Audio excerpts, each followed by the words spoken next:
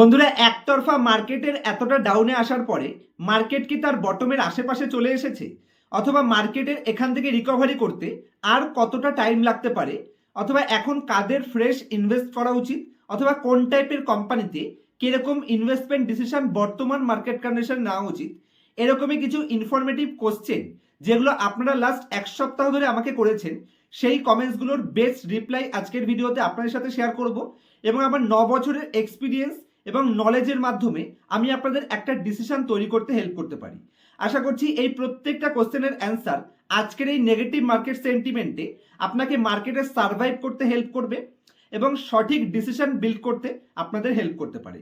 তো অবশ্যই আপনার মনেও যদি এই টাইপের কোনো কোশ্চেন থাকে, যেই কোশ্চেনের বেস্ট রিপ্লাই আপনি আমার তরফ থেকে জানতে চাইছেন, আমার 9 বছরের মার্কেটের এক্সপিরিয়েন্স, যে মার্কেট থেকে আমি সাকসেস হয়েছি, এই মার্কেটের আমার এক্সপিরিয়েন্স, আমার পার্সোনাল ভিউটা আপনি জানতে চাইছেন, তাহলে অবশ্যই আপনার মনের কোশ্চেনটাও আমাকে কমেন্টে করতে পারেন।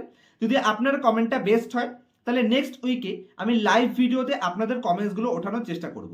চলুন, তার আগে চ্যানেলে নতুন হলে অবশ্যই চ্যানেলটিকে সাবস্ক্রাইব করে নেবেন এবং পুরো ভিডিওটি দেখবার পরে যদি আপনাদের মনে হয় এখান থেকে কিছুটা হলেও পজিটিভ নলেজ গেইন হয়েছে, তাহলে অবশ্যই ভিডিওটিকে লাইক করতে ভুলবেন না, ফ্যামিলি মেম্বার্স এবং বন্ধু বান্ধবদের সাথে ভিডিওটিকে শেয়ার করতে ভুলবেন না।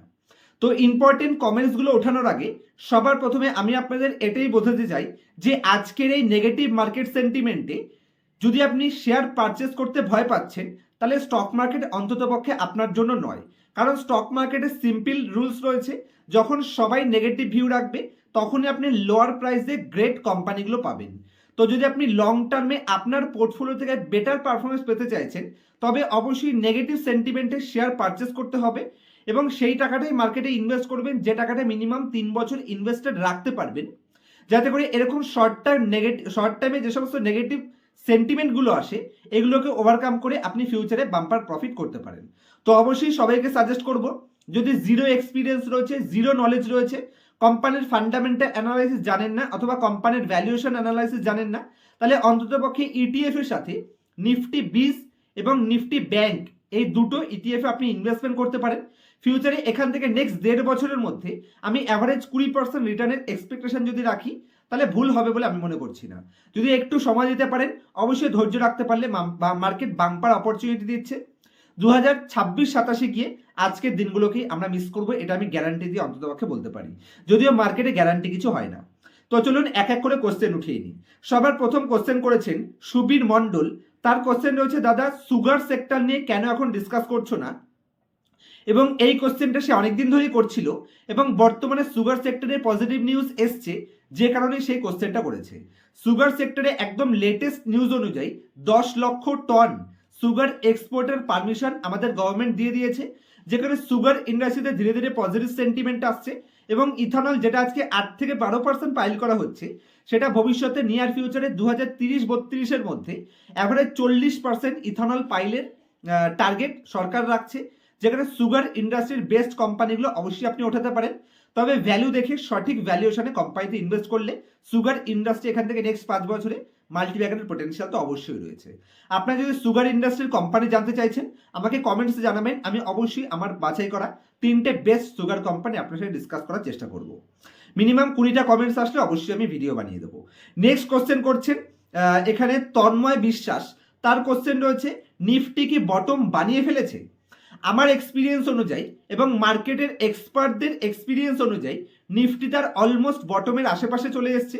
কারণ ইন্ডিয়ান মার্কেটের হিস্ট্রি যদি আপনি উঠিয়ে নেন, তাহলে যখন যখন নিফটি তার যে কোনো টপিক থেকে অ্যাভারেজ 12 থেকে 15% ডিসকাউন্টে এসছে, তো সেই মুহূর্তে যদি কোনো এক্সটার্নাল বিশাল বড় নেগেটিভ সেন্টিমেন্ট না হয়ে যায়, 1992-এর মতন ক্রাইসিস, অথবা 2008-এর মতন মার্কেট ক্রাইসিস, অথবা প্যান্ডেমিকের মতন কন্ডিশন, তাহলে মার্কেট এখান থেকে ডাউনসাইড নেই, তবে 2-3% ম্যাক্সিমাম ডাউনে যেতে পারে। মার্কেট এক্সপার্টরা মনে করছে যে 22,700 সব থেকে লোয়েস্ট যেতে পারে, আর আমি ওয়েট করে বসে আছি 22,500-তে গেলে আমি 100% ইনভেস্ট করব। তারপর মার্কেট যেখানে খুশি যাক, আমি দেখবো না, 3 বছরের জন্য মার্কেটকে আমি তাকাবো না, আরামসে বড় প্রফিট দেবে। তো আমার এক্সপিরিয়েন্স অনুযায়ী আমি বলবো, আমার নলেজ বলছে, হিস্ট্রি রেকর্ড বলছে, এবং মার্কেট এক্সপার্টদের ভিউ আমার সাথে একই রয়েছে, তারাও মনে করছে যে মার্কেট অলমোস্ট বটমের আশেপাশে চলে এসছে। শুধুমাত্র মার্কেট বাড়তে পারছে না, কারণ মার্কেটের সামনে 4-5টা বড় বড় ইভেন্ট রয়েছে। নেক্সট কোশ্চেন করছে, মার্কেট আবার কবে টপ বানাবে। তো এখানেও মার্কেট এক্সপার্টদের মতে কালকেই আমি বিজয় কেডিয়া স্যারের এক্সপার্ট ভিউ দেখছিলাম, তো সেখানে তিনি তার ইন্টারভিউতে বলছিলেন যে অ্যাভারেজ 18 থেকে 20 মাসের মধ্যে মার্কেট আবার নতুন হাই বানিয়ে ফেলতে পারে। তো সেই হিসেবে বলবো যে মোটামুটি 1.5 বছর থেকে 2 বছর হোল্ড করুন, মার্কেট অ্যাভারেজ বড় রিটার্ন দেওয়ার পোটেনশিয়াল মার্কেটে রয়েছে।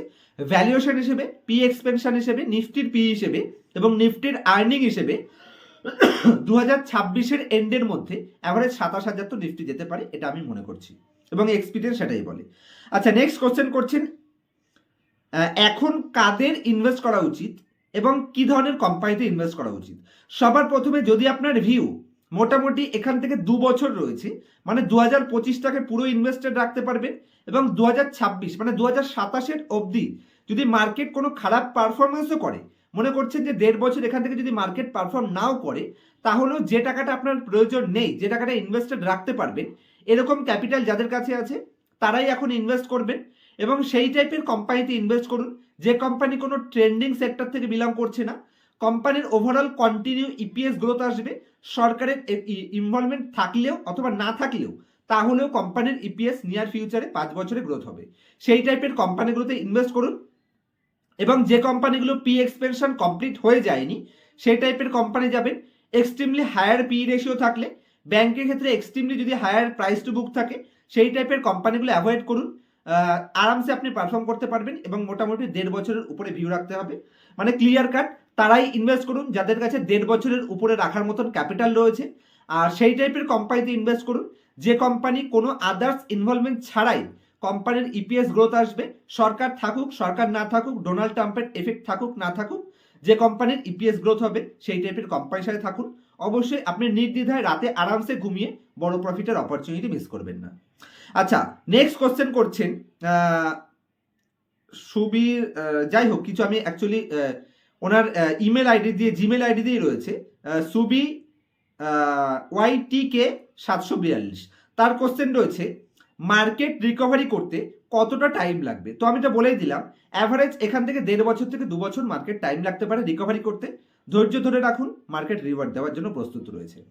আচ্ছা, নেক্সট কোশ্চেন করেছেন মানি কন্ট্রোলের রিপোর্ট অনুযায়ী, একদম লেটেস্ট একটা অ্যানালিস্ট রিপোর্ট বেরিয়েছে যেখানে টোটাল 45টা অ্যানালিস্ট মিলে, অ্যাকচুয়ালি এটা কারোর কোশ্চেন নয়, এটা আমি আপনার সাথে বলতে চাইছি যে এই যে আপনারা কোশ্চেন করছেন যে মার্কেট বটম বানিয়েছে কিনা অথবা মার্কেট কতদূর যেতে পারে ফিউচারে, তো সেই হিসেবে মানি কন্ট্রোলের 45টা বোর্ড এক্সপার্ট, মানি কন্ট্রোল টিমের 45 জন এক্সপার্ট, তারা তার রিভিউ করেছে নিফটিকে এবং তাদের অ্যানালাইসিস অনুযায়ী 99% যেখানে সহমত রয়েছে, তারা এক্সপেক্ট করছে যে মার্কেট অ্যাভারেজ 2026-এর এন্ডের মধ্যে 27,000 ক্রস করতে পারে।